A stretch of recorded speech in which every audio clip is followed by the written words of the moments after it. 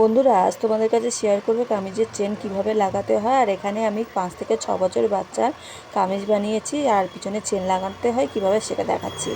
এটা পিছনে বেশি কাটবো না, এখানে অনেকটা বড় চেন, আর যেহেতু বাচ্চা 5 থেকে 6 বছরে এখানে 9 ইঞ্চিতে কেটেছি, মানে পিছনের পাটটা।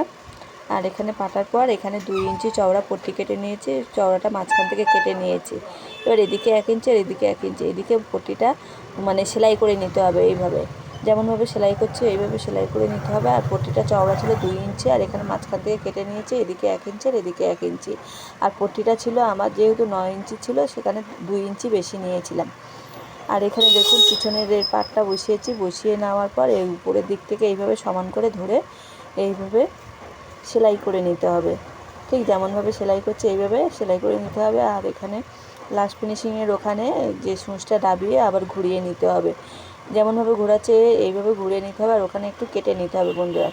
এইভাবে ছোট্ট হালকা করে কেটে নিতে হবে। কেটে নেওয়ার পর উপর থেকে চাপ সেলাই দিতে হবে, পট্টিটার উপর থেকে পট্টিটা এইভাবে ধরে চাপ সেলাই দিয়ে নিলে আবার ঘুরিয়ে এই দিক থেকে চাপ সেলাই দিয়ে নিচ্ছি বন্ধুরা। এদিকে চাপ সেলাই দেওয়া হয়ে গেছে। এবার হচ্ছে মেন হচ্ছে চেনটা লাগানো। এবার